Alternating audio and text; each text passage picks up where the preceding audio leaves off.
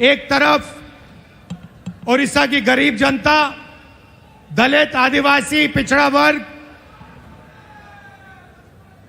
कमजोर लोग, किसान, मजदूर, और दूसरी तरफ 5-6 अरबपति और बीजेपी की सरकार। ये लड़ाई हो रही है और इस लड़ाई में कांग्रेस पार्टी का कार्यकर्ता जो है वो ही इस लड़ाई को ओडिशा के इस लड़ाई को ओडिशा की जनता के साथ मिलकर जीत सकता है और कोई नहीं जीत सकता है। भाइयों और बहनों, बीजेपी पूरे देश में संविधान पर आक्रमण कर रही है।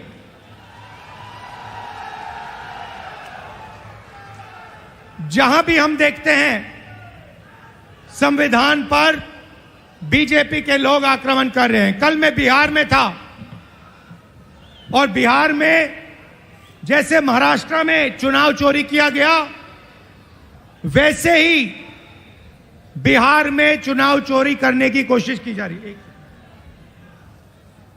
वैसे ही बिहार में चुनाव चोरी करने की कोशिश की जा रही है और चुनाव चोरी करने के लिए इलेक्शन कमीशन ने नई साजिश शुरू की है। इलेक्शन कमीशन बीजेपी का अंग का काम कर रहा है, अपना काम नहीं कर रहा है। महाराष्ट्र में लोकसभा और विधानसभा के बीच में 1 करोड़ नए वोटर आ गए।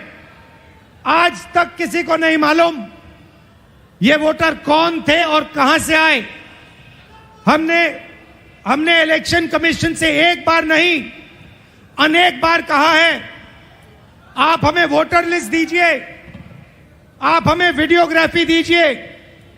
इलेक्शन कमीशन नहीं देता है और जो चोरी महाराष्ट्र में हुई वही चोरी फिर से ये लोग बिहार में करने जा रहे हैं। कल मैं बिहार गया, इंडिया गठबंधन के नेताओं के साथ हमने कहा कि बिहार में हम इलेक्शन कमीशन को बिहार का चुनाव चोरी नहीं करने देंगे, बीजेपी को चुनाव नहीं चोरी करने देंगे। भाइयों और बहनों, ओडिशा इनका मॉडल है।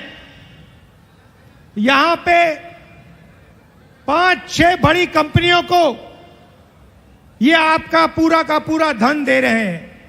अभी मैं डेलीगेशन से मिला, किसान के डेलीगेशन से मिला, महिलाओं से मिला और उनकी आवाज सुनी, उनका दुख सुना, उनका दर्द सुना।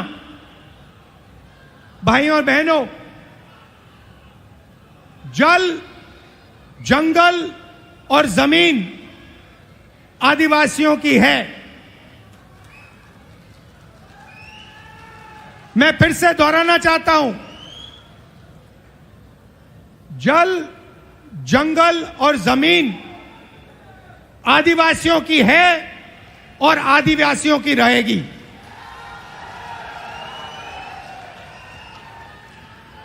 यहां पे आदिवासियों को बिना पूछे जमीन से हटा दिया जाता है, पैसा कानून लागू नहीं किया जाता है, आदिवासियों को पट्टा नहीं दिया जाता है। ये जमीन उनकी है, जल उनका है, जंगल उनका है और कांग्रेस पार्टी पैसा कानून लाई, ट्राइबल बिल लाई और इन कानूनों को हम लागू करके दिखाएंगे और आदिवासियों को उनकी जमीन वापस दिलवाएंगे। विकास, भाइयों और बहनों, विकास 2-3% के लिए नहीं होता है। विकास 2-3 अरबपतियों के लिए नहीं किया जाता है। विकास ओडिशा की जनता के लिए किया जाना चाहिए, गरीब लोगों के लिए किया जाना चाहिए, किसानों के लिए किया जाना चाहिए। यहां की सरकार 24 घंटा आपका धन, आपका जंगल, आपकी जमीन आपसे छीनती है, आपको जमीन से हटा देती है, आपको सही मुआवजा नहीं देती है, आपको धमकाती है, आपको डराती है। और मैं यहां स्टेज से कहना चाहता हूं, हमारे आदिवासी भाई हो, हमारे किसान हो, हमारे मजदूर हो, जिन पर भी सरकार आक्रमण कर रही है, जिनके खिलाफ अत्याचार हो रहा है, उनके साथ कांग्रेस पार्टी के सारे नेता खड़े मिलेंगे, मैं खड़ा मिलूंगा। और मैं आपसे कह रहा हूं कि जो आपका पट्टा है वो आपको कांग्रेस पार्टी दिलाएगी, अंत में कांग्रेस पार्टी ये काम करेगी। नरेंद्र मोदी जी एक नई योजना लाए थे। पूरे देश में उन्होंने फसल बीमा योजना, एक नई योजना लागू की थी। उन्होंने कहा था कि जब किसानों को मुश्किल होगी, तूफान ओले से उनका नुकसान होगा, तो ये नई योजना उनकी मदद करेगी। और उन्होंने क्या किया? उन्होंने आपसे पैसा लिया, गरीब जनता से, गरीब किसानों से पैसा लिया, प्रधानमंत्री बीमा योजना के लिए सरकारों से पैसा लिया, सेंट्रल गवर्नमेंट से पैसा लिया, और वो पैसा उन्होंने उन्हीं 3-4 बड़ी कंपनियों को दिलवाया। आज सच्चाई यह है कि जब आंधी आती है, तूफान आता है, ओला गिरता है, किसान को मुआवजा नहीं मिलता। हजारों करोड़ रुपए नरेंद्र मोदी जी ने किसानों का पैसा, स्टेट सरकारों का पैसा, यूनियन दिल्ली की सरकार का पैसा उठाकर इन कंपनियों को दिया। मगर ये कंपनियां जब आपका नुकसान होता है, आपका पैसा वापस आपको नहीं देती हैं। यह सच्चाई है। और उड़ीसा के किसी भी किसान से आप ये पूछ लीजिए, जहां भी यहां पे नुकसान होता है, आंधी आती है, तूफान आती है, आप जाके पूछिए, किसान से पूछिए, क्या आपको बीमा योजना का पैसा मिला? और एक आवाज से उड़ीसा के सारे किसान आपको जवाब देंगे कि हमें पैसा नहीं मिला, हमारा पैसा चोरी किया गया, हमारा पैसा बीमा योजना में हमें नहीं मिलता है। मैंने शुरुआत में कहा कि एक कॉन्स्टिट्यूशन के खिलाफ, संविधान के खिलाफ आक्रमण है।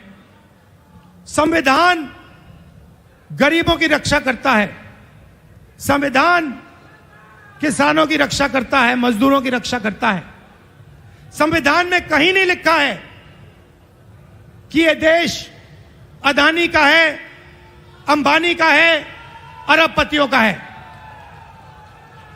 यह आप संविधान खोल के देखिए, इसमें लिखा है कि यह देश हर नागरिक का है, इसमें हर व्यक्ति को एक वोट मिलेगा। जमीन इस देश की है, गरीब जनता की है, किसानों की है, किसी एक अरबपति की नहीं है। मगर जहां भी हम देखते हैं, चाहे वो उड़ीसा हो, छत्तीसगढ़ हो, जहां भी हम देखते हैं, एक नाम दिखाई देता है, अदानी, अदानी, अदानी, अदानी।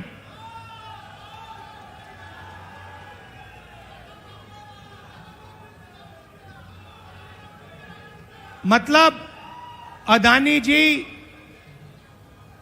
उड़ीसा की सरकार चलाते हैं, अदानी नरेंद्र मोदी को चलाता है। और जब उड़ीसा में जगन्नाथ यात्रा निकलती है, आप सोचिए, रथ निकलता है, जगन्नाथ यात्रा का रथ निकलता है, लाखों लोग उसको देखते हैं, उसके पीछे चलते हैं, और फिर एक ड्रामा होता है, रथ को अदानी जी और उनके परिवार के लिए रोका जाता है। इससे आपको ओडिशा की सरकार के बारे में सब कुछ समझ आ जाएगा। ये ओडिशा की सरकार नहीं है, ये आपकी सरकार नहीं है, ये अदानी जैसे 5-6 अरबपतियों की सरकार है। और इसका लक्ष्य आपकी जमीन, आपका जंगल, आपके भविष्य को चोरी करने का है। मैं आपसे पूछना चाहता हूं, आपकी सरकार ने ओडिशा के युवाओं के लिए कितना रोजगार पैदा किया है? ये जो बड़ी बड़ी इंडस्ट्रीज आती हैं, बड़ी बड़ी जो कंपनियां आती हैं, आपकी जमीन ले जाती हैं, आपका धन ले जाती हैं, आपकी जो नेचुरल वेल्थ ले जाती हैं। मैं आपसे पूछना चाहता हूं, ये आपके कितने लोगों को रोजगार देती हैं? आप मुझे बताओ। आपका रोजगार खत्म करती हैं, छोटे बिजनेसेस को, छोटी कंपनियों को, स्मॉल मीडियम बिजनेसेस को खत्म करती हैं, और फिर आपकी जमीन, आपका धन, आपका जंगल, आपका जल उठा के ले जाती हैं। और एक नई बात शुरू हुई है ओडिशा में 40,000 से ज्यादा महिलाएं गायब हो गई हैं। आज तक नहीं मालूम कि ये महिलाएं कहां गईं। महिलाओं के खिलाफ हर रोज यहां अत्याचार होता है, रेप होता है, बलात्कार होता है। हर रोज ओडिशा में 15 महिलाओं का बलात्कार होता है, और आपकी सरकार को कुछ लेना देना नहीं।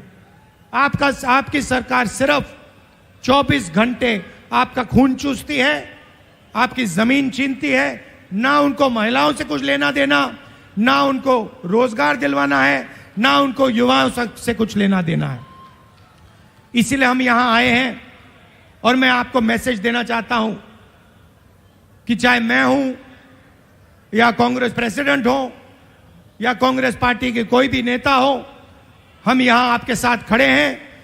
जब भी आपको मुझे बुलाना हो, जहां भी आपको मुझे ले जाना हो, मैं इस सरकार के खिलाफ लड़ना चाहता हूं, और इस सरकार को यहां से हटाना चाहता हूं।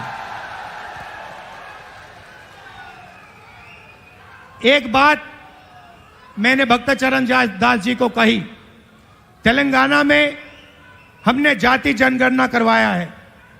तेलंगाना में जाति जनगणना ने कमाल कर दिया है, क्योंकि जाति जनगणना ने तेलंगाना के हर नागरिक को समझा दिया है कि तेलंगाना में कितने लोग कौन से वर्ग के हैं, ओबीसी कितने हैं, अति पिछड़े वर्ग के कितने लोग हैं, दलित कितने हैं, आदिवासी कितने हैं, गरीब जनरल कास्ट के कितने लोग हैं। एक प्रकार से तेलंगाना सरकार ने तेलंगाना का एक्सरे किया है, और तेलंगाना की सरकार को अब मालूम है कि कितना धन किसके हाथ में है, कौन किसके पास क्या है, कितनी आबादी किसकी है। और मैं ये ओडिशा की जनता से भी कहना चाहता हूं, देखिए यहां पर हमें पता लगाना है दलित कितने हैं, आदिवासी कितने हैं, पिछड़े वर्ग के लोग कितने हैं, गरीब जनरल कास्ट के लोग कितने हैं। क्योंकि हम चाहते हैं कि सरकार में, इकोनॉमी में, विकास में सबको भागीदारी मिले। आज ओडिशा के पिछड़े लोगों को, दलितों को, आदिवासियों को ना सरकार में जगह मिलती है, ना कॉर्पोरेट में जगह मिलती है, ना ब्यूरोक्रेसी में जगह मिलती है। ये जो 5-6 कंपनियां आप पर राज कर रही है, मैं आपसे पूछना चाहता हूं, इनके मालिकों में कितने पिछड़े वर्ग के लोग हैं, इनकी मैनेजमेंट में कितने पिछड़े लोग के वर्ग हैं, कितने दलित हैं, कितने आदिवासी हैं, कितने गरीब जनरल कास्ट के लोग हैं। आपको एक नहीं मिलेगा। इसीलिए मैंने भक्तचरण दास जी से, लालू जी से कहा है कि पूरा दम लगा के आप ओडिशा की जनता को समझाइए कि सबसे पहला काम जाति जनगणना है, और अगर हमें ओडिशा में बदलाव लाना है तो जाति जनगणना हमारा औजार है। क्योंकि जाति जनगणना से दलितों को, पिछड़ों को, आदिवासियों को, गरीब जनरल कास्ट के लोगों को अपनी सच्ची शक्ति समझ आएगी। और जिस दिन इनको अपनी सच्ची शक्ति समझ आ गई, उस दिन ये सरकार को गिरा के फेंक देंगे। भाइयों और बहनों, आखिरी बात मैं कहना चाहता हूं, बीजेपी की सरकार ने ड्राइवर्स एसोसिएशन और यूनियन से पर पूरा दबाव डाला कि वो इस मीटिंग का समर्थन नहीं किए। उन्होंने पूरा दबाव डाला, धमकाया और डराया ड्राइवर यूनियन को, एसोसिएशन को, कि यहां पे इस मीटिंग में कांग्रेस पार्टी का समर्थन न कीजिए और इस मीटिंग को डिसरप्ट करने में मदद कीजिए। और मैं यूनियन को और एसोसिएशन को धन्यवाद करना चाहता हूं कि आपने इस मीटिंग का समर्थन किया। और मैं इस स्टेज से कहना चाहता हूं कि सरकार को ड्राइवर एसोसिएशन और यूनियन की आवाज सुननी चाहिए और जो उनकी जेन्युइन डिमांड है उन्हें पूरा करना चाहिए। एक बार फिर मैं आप सबका दिल से धन्यवाद करना चाहता हूं। आप यहां आए, इतनी गर्मी में आए और आपने इतनी प्यार से मेरी बात सुनी। कांग्रेस पार्टी के कार्यकर्ता से कहना चाहता हूं, देखो आप लोग बब्बर शेर हो, आपको किसी से नहीं डरना है। आप टाइगर हो, आपको किसी से नहीं डरना है। आप आगे बढ़ो, आपके खून में कांग्रेस पार्टी की विचारधारा है, गांधी जी की विचारधारा है, संविधान की विचारधारा है। जाओ, लड़ो और इस सरकार को बदलो। धन्यवाद।